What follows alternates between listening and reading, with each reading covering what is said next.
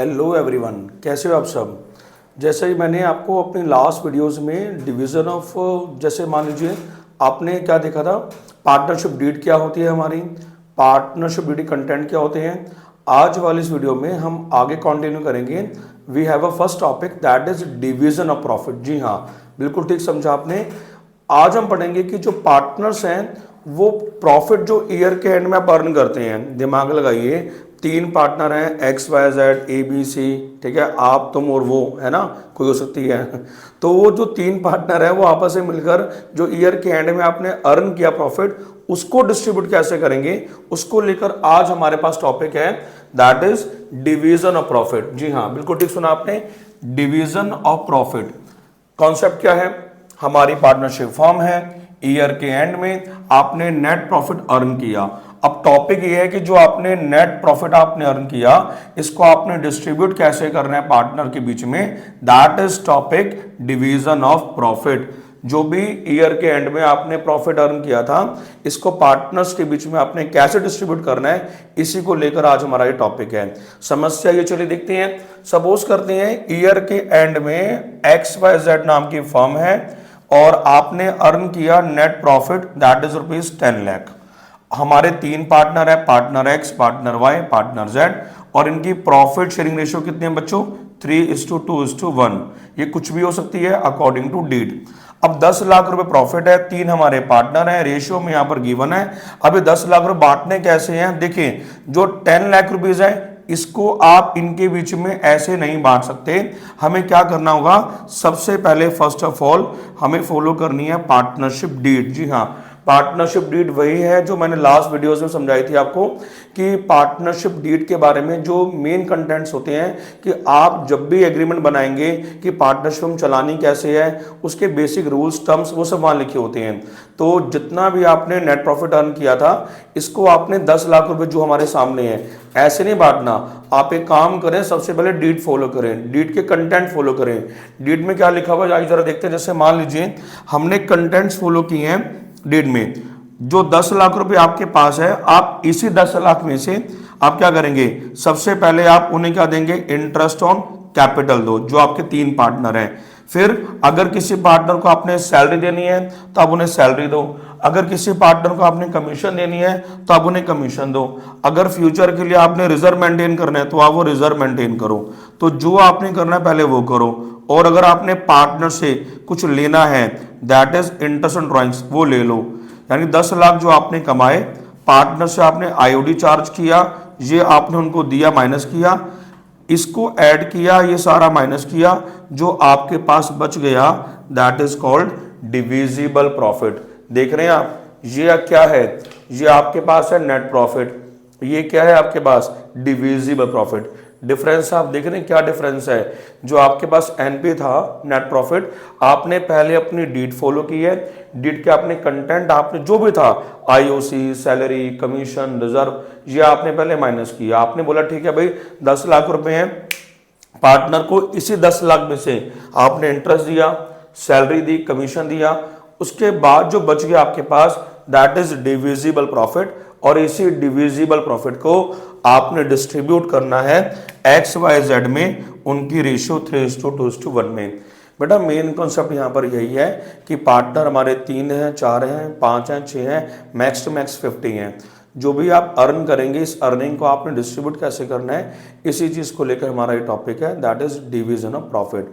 और बेटा मैं बता दूं आपको, ये प्रॉफिट डिस्ट्रीब्यूशन को आपने शो कहाँ पे करना है, इसके लिए स्पेशल अकाउंट मेंटेन करेंगे हम, that is called profit and loss appropriation account. जी हाँ, ठीक सुना आपने।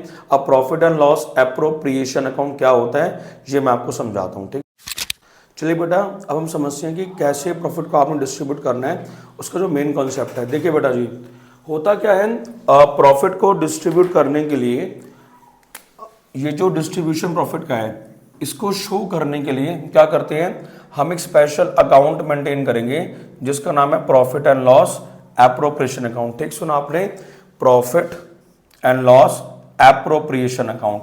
एप्रोप्रिएशन का मीनिंग यही होता है बांटना। ठीक है बेटा, तो आपने जो प्रॉफिट अर्न किया था, जो आपने पार्टनर्स के बीच में डिस्ट्रीब्यूट करना है, इस प्रॉफिट को हम कहाँ पे शो करेंगे, कौन सा हमारा स्पेशल अकाउंट होगा, that is called profit and loss appropriation account.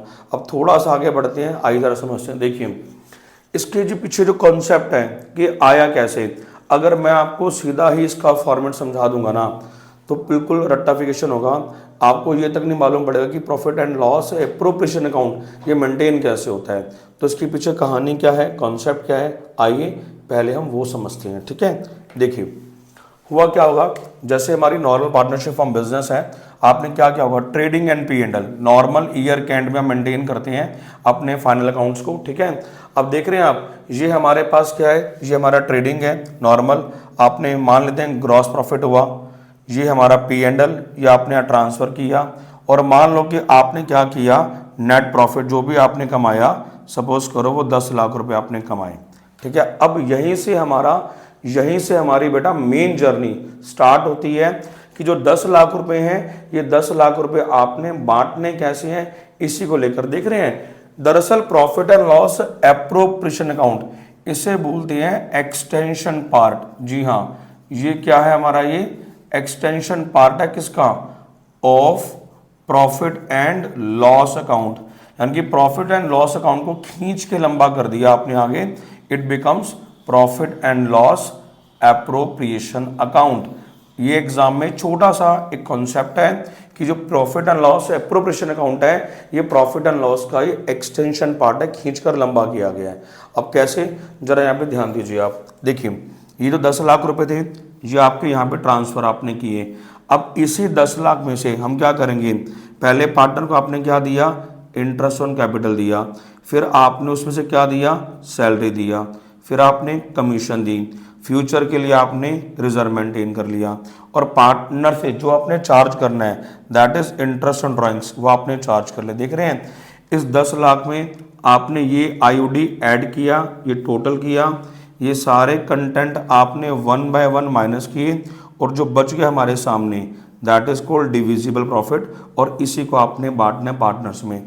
अब देख रहे हैं, जो भी आप पार्टनर को अलाउ कर रहे हैं, चार्ज कर रहे हैं, ये सारे एलिमेंट जो आप दे रहे हैं, ले रहे हैं, इनको कहाँ पे शो कर रहे हैं बेटा जी, ये हमारे पास है, ये आपको 12th क्लास में सिर्फ ये वाला एरिया, जी हाँ बस ये वाला एरिया आपने मेंटेन करना है। एग्जाम में आपको नेट प्रॉफिट ऑलरेडी गिवन होगा, ये ट्रेडिंग पी एंड एल ऐसा कुछ भी नहीं बनाना आपने, आपको क्वेश्चन में प्रॉफिट का एलिमेंट गिवन होगा या फिर लॉस का एलिमेंट गिवन होगा, वो आपको देख के पढ़ के बताना है, डीट के कंटेंट आपने समझना है और उसको आपने फॉलो करना है। जैसे मेरे पास 10 लाख रुपए थे, डीट में लिखा हुआ आया कि पार्टनर को आपने इंटरेस्ट ऑन कैपिटल देना है 5%, सैलरी आपने देनी है बी और सी को, कमीशन आपने देना है, फ्यूचर के लिए रिजर्व मेंटेन कर रहे हैं, 3 पार्टनर उनकी ड्राइंग्स गिवन है, उनका रेट ऑफ इंटरेस्ट गिवन है, आपने आईओडी चार्ज किया। तो जो आपने लेना है, जो आपने देना है, इन सारे एलिमेंट्स को, इन सारी एक्टिविटीज को एक नॉर्मल, एक कॉमन प्लेटफॉर्म पे शो करने जा रहे हैं, that is called profit and loss appropriation account. मैं दोबारा बोलूंगा कि आपने सिर्फ और सिर्फ profit and loss appropriation account he maintain करना है, trading and P and L नहीं बनाना। बहुत सिंपल है। अब आगे जर्नी क्या कहती है कि प्रॉफिट एंड लॉस, देखिए बहुत सिंपल है, ज़्यादा ना माइंड में अपने हलचल लेके मत आइए, आप नॉर्मल कॉन्सेप्ट पे फोकस कीजिए कि ये आपका प्रॉफिट था, क्या क्या देना है यार, 10 लाख रुपये तूने कमाए हैं, अब क्या करेगा, उनको इंटरेस्ट देगा, सैलरी देगा, कमीशन, फ्यूचर के लिए रिजर्व मेंटेन करोगे, तो बचा क्या, डिविजिबल ना, यही कहानी है बस। अब होगा क्या, इसको एक प्रोफेशनल वे में एक फॉर्मेट का फॉर्म दिया जाएगा। एटलीस्ट तुम्हारे माइंड में कॉन्सेप्ट तो क्लियर है कि जो आपने बनाया profit and loss appropriation account, इसकी बेसिक और कॉमन जर्नी स्टार्ट कहाँ से हुई थी। अगर मैं आपको सीधा ही समझाता ये फॉर्मेट है, याद कर लो, फिर वो याद ही करना पड़ेगा आपको, याद मत करो, समझो, अंडरस्टैंडेबिलिटी बढ़ाओ, ताकि जहां पर भी जैसे भी क्वेश्चंस आए आप बहुत कॉन्फिडेंटली अटेम्प्ट कर सको। ठीक है बच्चों, तब हम बनाएंगे इसका format profit and loss appropriation account, एक प्रोफेशनल फॉर्म में फॉर्म कैसे होता है, अब हम वो देखते हैं। चलिए आइए बेटा, चलिए अब हम देखते हैं कैसे बनाते हैं profit and loss appropriation account का एक रियल फॉर्मेट। ठीक है बेटा, देखिए profit and loss appropriation account जो हम बनाएंगे, ये हम फर्म के पॉइंट ऑफ व्यू से बनाएंगे, हमारे पार्टनरशिप फर्म के व्यू से। आपने पढ़ा है ना बिजनेस एंटिटी कॉन्सेप्ट, उसी बिहाफ में हम ये चीज़ कंटिन्यू करेंगे। देखिए पार्टनरशिप फर्म के व्यू से हम इसको मेंटेन करेंगे। Profit and loss appropriation account year ended 31 मार्च 2024, या जो भी आपका ईयर रहेगा ईयर एंडेड। और सबसे इंपॉर्टेंट चीज मैंने क्या बोला कि आपको यहाँ पर प्रॉफिट एंड लॉस अकाउंट यानी कि नेट प्रॉफिट का जो बैलेंस है वो पहले से ही मेंशन होगा, ये आपको गिवन होगा, ठीक है, ध्यान रखिए। और उसके बाद हो सकता है मे बी आपको लॉसेस गिवन हो, तो वो भी आपने यहाँ इंडिकेट करने हैं तो प्रॉफिट एंड लॉस के नाम से। अगर कुछ ऐसा है तो नेट लॉस फिर हमारा वो यहाँ पे रिफ्लेक्ट होगा।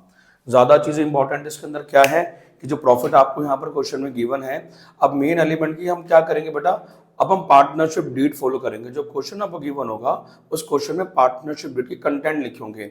अब क्या गिवन होगा, जैसे मान लीजिए हमारे 3 पार्टनर हैं XYZ, और तीनों पार्टनर को आपने क्या देना है, उनकी कैपिटल पर आपने इंटरेस्ट देना है, ठीक है, से 5% उनकी जो कैपिटल होगी। तो क्या करेंगे, सबसे पहले फर्म के व्यू से हम दे रहे हैं पार्टनर्स को, तो इंटरेस्ट ऑन कैपिटल मान लेते हैं आपने ये XYZ तीनों को दिया। अब देख रहे हैं यहाँ पे क्या लिखा हुआ है, X कैपिटल और करंट अकाउंट। अब कब लिखना आपने, कैपिटल या करंट, ये टॉपिक मैं आपको बाद में समझा दूंगा, फिलहाल इस पे इतना फोकस मत कीजिए। फिलहाल आप यहाँ पर देखिए कि 3 पार्टनर है और तीनों पार्टनर को आपने क्या दिया, उनकी जो कैपिटल थी उस पर आपने इंटरेस्ट प्रोवाइड किया। मान लेते हैं डीड में लिखा हुआ था कि पार्टनर बी और पार्टनर सी को आपने सैलरी देनी है, तो आपने सैलरी अलाउ कर दी, ठीक है। और बी इज कैपिटल लिखना है या करंट, अगेन रिपीटिंग, ये मैं आपको बाद में समझा दूंगा, फिलहाल इतना बड़ा इशू ये नहीं है। उसके बाद मान लेते हैं डीड में लिखा हुआ था कि पार्टनर ए को आपने कमीशन देना है। अब सिंगल पार्टनर है तो लिखने का तरीका बहुत सिंपल होगा, ऐसे ए इज कैपिटल या करंट अकाउंट ब्रैकेट में कमीशन आपने अलाउ कर दी। और मान लेते हैं डीड में लिखा हुआ था कि फ्यूचर के लिए आपने रिजर्व मेंटेन करना है, तो वो रिजर्व भी आपने यहाँ पर वो मेंटेन किया। हो क्या रहा है बेटा, वही सेम चीज है, प्रॉफिट गिवन था आपको, जो पार्टनर थे उनसे आपने क्या चार्ज किया, इंटरेस्ट ऑन ड्रॉइंग्स XYZ, उनसे आपने इंटरेस्ट लिया। देख रहे हैं आप, मान लेते हैं ये आपके पास 10 लाख रुपए थे, मान लेते हैं ये 2 लाख रुपए थे, कितनों के हमारे 12 लाख। अब सपोज करो आपने पार्टनर को क्या दिया, इंटरेस्ट ऑन कैपिटल दिया, लेट से आपने 3 लाख रुपए यहाँ दिए, मान लो आपने 2 लाख रुपए सैलरी दी, ठीक है बेटा जी, और मान लो आपने यहाँ पर 2 लाख रुपए कमीशन दिया इसको ए को, और ये मान लेते हैं आपने फ्यूचर के लिए रिजर्व बनाया 1 लाख रुपए ऐसे। तो क्या हुआ, 10 लाख हमें गिवन था, 2 लाख आपने यहाँ से लिया, तो टोटल मिला के हमारा कितना हो गया, ये 12 लाख रुपए। अब उसी 12 लाख में देख रहे हैं आप, ये 3 लाख, ये 2 लाख, ये 2 लाख और 1 लाख, 3 2 5 2 7 और 1 8, 8 लाख रुपए। 12 लाख में से आपने 8 लाख रुपए उनको दे दिए, तो आपके पास जो डिविजिबल बचा, ये वाला जो एलिमेंट है, कितना बचा हमारे पास, ये 4 लाख रुपए। और इसी 4 लाख को आपने अब बांटना है किसमें, ए जो आपके पार्टनर हैं दैट इज X Y और Z, उनकी प्रॉफिट शेयरिंग रेशियो में। दोबारा देख लीजिए बेटा जी, प्रॉफिट का एलिमेंट हमें गिवन था, उसी प्रॉफिट जो हमें गिवन था पार्टनर से आपने IOD लिया, उसमें आपने ऐड किया। अब इसी में से आपने इंटरेस्ट दिया, सैलरी दी, कमीशन दिया, रिजर्व बनाया, और जो बच गया उसको आपने पार्टनर में डिस्ट्रीब्यूट कर दिया उनकी प्रॉफिट शेयरिंग रेशियो में। जरूरी नहीं है हर बार डिविजिबल प्रॉफिट ही हो, लॉसेस भी हो सकते हैं। सपोज करो ये वाला जो एरिया था आपने देना कुछ ज्यादा ही उनको, ठीक है, प्रॉफिट का मार्जिन कम हुआ, तो वो लॉस भी हो सकता है। अब लॉस कब होगा, प्रॉफिट कब होगा, ये तो प्रैक्टिकल क्वेश्चंस करके ही मालूम होगा हमें कि हमें कैसे उसे लॉस मालूम पड़ेगा या हमें प्रॉफिट होगा। देखिए बहुत सारे क्वेश्चंस होंगे तब जाके वो प्रैक्टिकल कॉन्सेप्ट को क्लियर हो पाएगा, लेकिन फिलहाल मैंने आपको एक फॉर्मेट समझाया है कि profit and loss appropriation account firm के पॉइंट ऑफ व्यू से हम कैसे मेंटेन करते हैं, बिल्कुल आपके सामने है। जो प्रॉफिट एलिमेंट गिवन है, लॉसेस एलिमेंट गिवन है, डीड आप फॉलो करते रहिए, डीड में जो जो लिखा हुआ है उसको आपने मेंटेन कैसे करना है वो बिल्कुल आपके सामने है।